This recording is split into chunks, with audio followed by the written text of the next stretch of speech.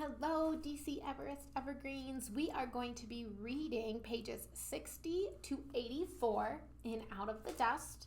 Okay, so I'm on page 60 right now. Remember, we're in the summertime. Lots going on, okay? The accident. I got burned bad. Daddy put a pail of kerosene next to the stove, and Ma, fixing breakfast, thinking the pail was filled with water, lifted it to make Daddy's coffee, poured it, but instead of making coffee, Ma made a rope of fire. It rose up from the stove to the pail, and the kerosene burst into flames. Ma ran across the kitchen, out the porch door, screaming for Daddy. I tore after her. Then, thinking of the burning pail left behind in the bone-dry kitchen, I flew back and grabbed it, throwing it out the door. I didn't know Ma was coming back. The flaming oil splashed onto her apron, and suddenly Ma was a column of fire. I pushed her to the ground, desperate to save her, desperate to save the baby. I tried, beating out the flames with my hands. I did the best I could, but it was no good. Ma got burned bad. July 1934. Burns. At first I felt no pain, only heat. I thought I might be swallowed by the heat, like the witch in Hansel and Gretel, and nothing would be left on me. Someone brought Doc Rice. He tended to Ma first, then came to me. The doctor cut away the skin on my hands. It hung in crusted strips. He cut my skin away with scissors, then poked my hands with pins to see what I could feel. He bathed my burns in antiseptic. Only then the pain came. July 1934. Nightmare. I am awake now, still shaking from my dream. I was coming home through a howling dust storm. My lowered face was scrubbed raw by dirt and wind. Grit scratched my eyes. It crunched between my teeth. Sand chafed inside my clothes, against my skin. Dust crept inside my ears, up my nose, down my throat. I shuddered, nasty with dust. In the house, dust blew through the cracks in the walls. It covered the floorboards and heaped against the doors. It floated in the air everywhere. I didn't care about anyone, anything, only the piano. I searched for it, found it under a mound of dust. I was angry at Ma for letting the dust. For letting in the dust. I cleaned off the keys, but when I played, a tortured sound came from the piano, like someone shrieking. I hit the keys with my fists, and then the piano broke into 100 pieces. Daddy called to me. He asked me to bring water. Ma was thirsty. I brought up a pail of fire, and Ma drank it. She had given birth to a baby of flames. The baby burned at her side. I ran away to the Eaton's farm. The house had been tractored out, tipped off its foundation. No one could live there. Everywhere I looked were dumps of rippled dust. The wind roared like fire. The door of the house hung open, and there was dust inside, several feet deep, and there was a piano. The bench was gone, right through the floor. The piano leaned toward me. I stood and played. The relief I felt to hear the sound of music after the sound of the piano at home. I dragged the Eaton's piano through the dust to our house, but when I got it there, I couldn't play. I had swollen lumps for hands. They dripped a sickly pus. They swung stupidly from my wrists. They stung with pain. When I awoke, the part about my hands was real. July 1934. A tent of pain. Daddy has made a tent out of the sheet over Ma, so nothing will touch her skin. What skin she has left. I can't look at her. I can't recognize her. She smells like scorched meat, her body groaning there. It looks nothing like my Ma. It doesn't even have a face. Daddy brings her water and drips it inside the slit of her mouth by squeezing a cloth. She can't open her eyes. She cries out when the baby moves inside her. Otherwise, she moans day and night. I wish the dust would plug my ears so I couldn't hear her. July 1934. Drinking. Daddy found the money Ma kept squirreled in the kitchen under the threshold. It wasn't very much, but it was enough for him to get good and drunk. He went out last night while Mom moaned and begged for water. He drank up the emergency money until it was gone. I tried to help her. I couldn't aim the the dripping cloth into her mouth. I couldn't squeeze. It hurt the blisters on my hands to try. It only made it worse for Ma. She cried for the pain of the water running into her sores. She cried for the water that would not soothe her throat and quench her thirst. And the whole time my father was in Gaimon drinking. July 1934. Devoured. Doc sent me outside to get water. The day was so hot. The house was so hot. As I came out the door, I saw the cloud descending. It whirled like 1,000 engines. It shifted shape as it came, settling first over Daddy's wheat. Grasshoppers, eating tassels, leaves, stalks, then coming closer to the house, eating Ma's garden, the fence posts, the laundry on the line, and then the grasshoppers came right over me, descending on Ma's apple trees. I climbed into the trees, opening scabs on my tender hands, grasshoppers clinging to me. I tried beating them away, but the grasshoppers ate every leaf. They ate every piece of fruit, nothing left but a couple apple cores hanging from Ma's trees. I couldn't tell her. I couldn't bring myself to say her apples were gone. I never had the chance. Ma died that day, giving birth to my brother. August 1934. Blame. My father's sister came to fetch my brother even as Ma's body cooled. She came to bring my brother back to Lubbock to raise as her own. But my brother died before Aunt Alice got there. She wouldn't even hold his little body. She barely noticed me. As soon as she found my brother dead, she had a talk with my father. Then she turned around and headed back to Lubbock. The neighbor women came. They wrapped my baby brother in a blanket and placed him in Ma's bandaged arms. We buried them together on the rise Ma loved, the one she gazed at from the kitchen window, the one that looks out over the dried up Beaver River. Reverend Brigham led the service. He talked about Ma, but what he said made no sense, and I could tell he didn't truly know her. He'd never even heard her play piano. He asked my father to name my baby brother. My father, hunched over, said nothing. I spoke up in my father's silence. I told the Reverend my brother's name was Franklin, like our president.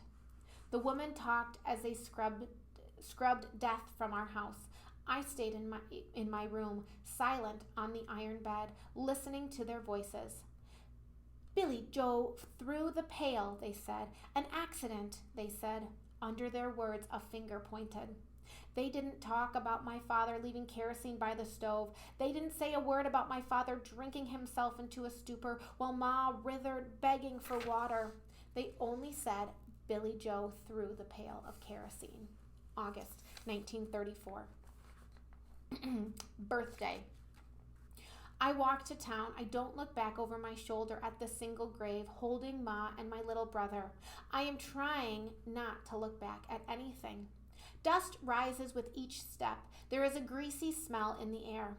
On either side of the road are the carcasses of jackrabbits, small birds, field mice stretching out into the distance. My father stares out across his land, empty but for a few withered stalks, like the tufts on an old man's head. I don't know if he thinks more of Ma or the wheat that used to grow here. There is barely a blade of grass swaying in the stinging wind. There are only these lumps of flesh that once were hands long enough to span octaves swinging at my sides. I come up quiet and sit behind Arlie Wanderdale's house where no one can see me, and I lean my head back and close my eyes and listen to Arlie play. August 1934. Roots. President Roosevelt tells us to plant trees. Trees will break the wind, he says. Trees will end the drought. The animals can take shelter there. Children can take shelter. Trees have roots, he says. They hold on to land. That's good advice, but I'm not sure he understands the problem. Trees have never been at home here. They're just not meant to be here. Maybe none of us are meant to be here, only the prairie grass and the hawks. My father will stay no matter what. He's stubborn as a sod. He and the land have a hold on each other. But what about me? August 1934. The empty spaces. I don't know my father anymore. He sits across from me. He looks like my father. He chews his food like my father. He brushes his dusty hair back like my father, but he is a stranger. I am awkward with him and irritated, and I want to be alone, but I am terrified of being alone. We are both changing. We are shifting to fill in the empty spaces left by Ma. I keep my raw and stinging hands behind my back when he comes near because he stares when he sees them. September 1934. The hole. The heat from the cook stove hurts my burns, and the salt, the water, and the dust hurt too. I spend all my time in pain, and my father spends his time out the side of the house digging a hole 40 feet by 60 feet, 6 feet deep. I think he is digging the pond to feed off the windmill, the one Ma wanted, but he doesn't say, he just digs. He sends me to the train yard to gather boards that once were boxcars but now are junk. I bring them back, careful of the scabs and the raw sores on my bare hands. I don't know what he needs boards for. He doesn't tell me. When he's not in the hole digging, he works on the windmill, replacing the parts that keep it from turning. People stop by and watch. They think my father is crazy, digging such a big hole. I think he's crazy too. The water will seep back into the earth. It'll never stay put in an old pond. But my father has thought through all that, and he's digging anyway. I think to talk to Ma about it, and then I remember. I can almost forgive him for the taking of Ma's money. I can almost forgive him his nights in Gaimon, getting drunk. But as long as I live, no matter how big a hole he digs, I can't forgive him that pail of kerosene left by the side of the stove. September 1934. Kailua. A volcano erupted in Hawaii, Kailua. It threw huge chunks into the air. The ground shook and smoke choked everything in its path. Sounds a little like a dust storm. September 1934. Boxes. In my closet are 2 boxes, the gatherings of my life, papers, school drawings, a broken hairpin, a dress from my baby days, my first lock of hair, a tiny basket woven from prairie grass, a doll with a china head, a pink ball, 3 dozen marbles, a fan from Baxter's funeral home, my baby teeth in a glass jar, a torn map of the world, 2 candy wrappers, 1,000 things I haven't looked at in years. I kept promising to go through the boxes with Ma and get rid of what I didn't need, but I never got to it, and now my hands hurt, and I haven't got the heart. September 1934. Night bloomer. Mrs. Brown's curious plant bloomed on Saturday night. She sent word after promising I could come see it.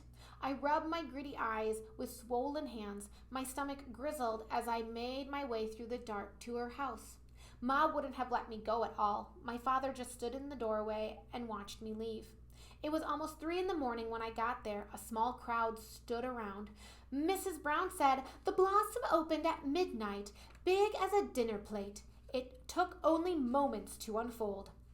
How can such a flower find a way to bloom in this drought and this wind?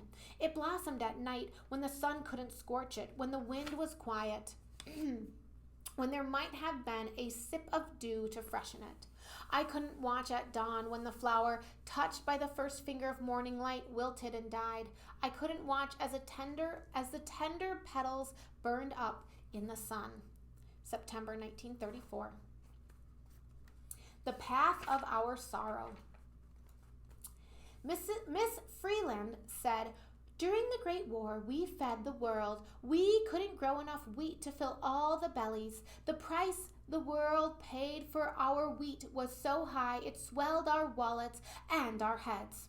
And we bought bigger tractors, more acres, until we had mortgages and rent and bills beyond reason. But we all felt so useful we didn't notice. Then the war ended, and before long, Europe didn't need our wheat anymore. They couldn't grow their own, They could grow their own, but we needed Europe's money to pay our mortgage, our rent, our bills. We squeezed more cattle, more sheep onto less land, and they grazed down the stubble until they reached root. And the price of wheat kept dropping, so we had to grow more bushels to make the same amount of money we made before, to pay for all that equipment, all that land. And the more sod we plowed up, the drier things got, because the water that used to collect there under the grass, biding its time, keeping things alive through the dry spells, wasn't there anymore. Without the sod, the water vanished, the soil turned to dust, until the wind took it, lifting it up and carrying it away. Such a sorrow doesn't come suddenly. There are 1,000 steps to take before you get there. But now, sorrow climbs up our front steps, big as Texans, and we didn't even see it coming, even though it'd been making its way straight for us all along. September 1934. We're going to stop there, friends. Okay, next part we'll read will be in autumn or the fall time. Have a great rest of your day. Bye-bye.